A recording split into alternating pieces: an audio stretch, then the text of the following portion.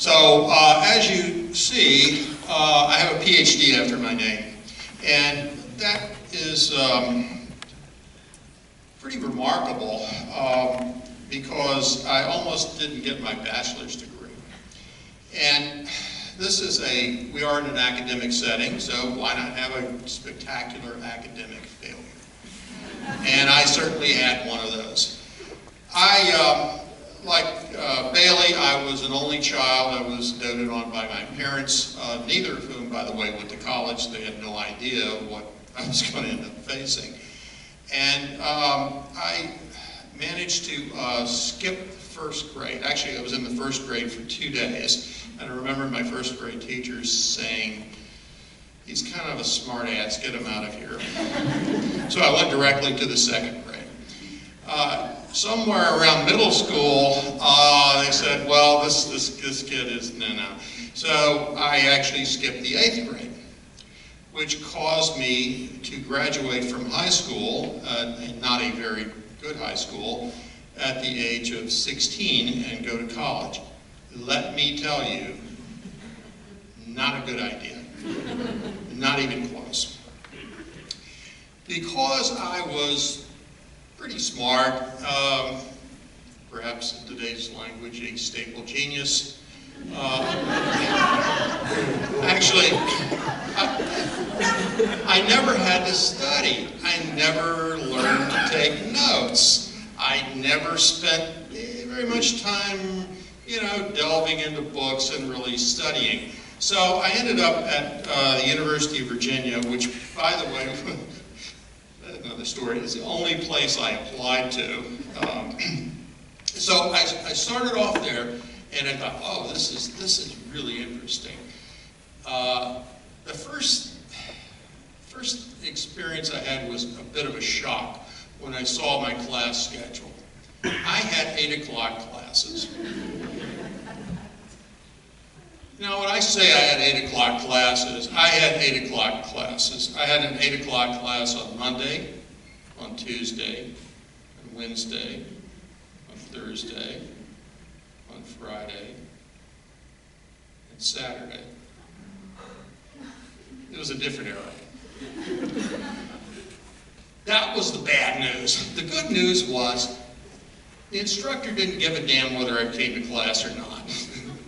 So that pretty much took care of the Saturdays and a few of the Mondays as well.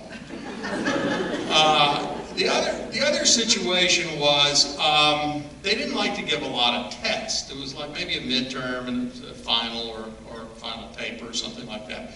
And then when they gave the midterm, they didn't get around to grading it until like the week before the final, something like that. So I thought I was doing fine. I was not doing fine.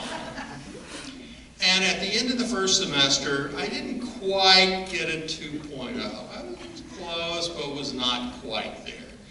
At the end of the second semester, I slipped down a little further.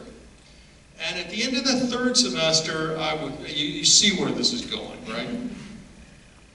So at the beginning of the second semester of my second year, I got the flu, and then I got mono, and it turned out, of course, at that time, you couldn't take a break from school. Basically, once you signed up for courses, after the third day, fourth day, you couldn't drop, you couldn't do it, you had to. And there was a war going on, and they were drafting people like, and by the way, I'm not that old, it wasn't World War II. Might as well have been, but.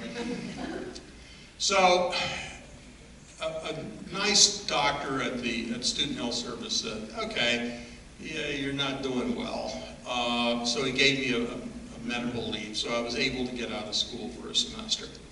And after a while, I got a job, and it was a spectacularly awful job, working as a clerk for State Farm Insurance. To this day, I will not buy State Farm insurance. I'm sorry, this won't be. But I got a taste of what it was like to be out in the real world, basically making a minimum wage job. At the same time, my girlfriend dropped me because as a college student, I had potential. As a clerk at State Farm, going nowhere. So, I got a PhD. How did that happen? I actually took some time and started thinking about what it is that I was doing wrong. And in retrospect, it was kind of everything. But I started attacking the problem. And I went back to school, to summer school. I showed up in class. I took notes. I read the textbook. I engaged in what we now call active learning, which is actually working through the problems and doing all the stuff. And weirdly, I started getting A's. And I mean, it was a shock. It really was. But the rest of the next 2 semesters I spent trying to get my grade up to the point where I could actually major and graduate, which I did. Ultimately, I ended up with getting a fellowship at Penn State and getting a degree there, and also a PhD from University of Virginia, and went from a master's degree from Temple. So I broke out of it, but it was a really close thing. And I see some of the same stuff going on with my students now. I have students who start off, and they're doing fine, fail an exam or don't do very well, and then stop coming to class or stop turning in their homeworks.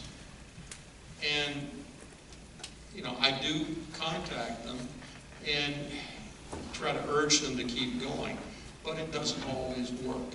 I think one of the problems is when you fail, you do what I did. You became depressed and you disengage.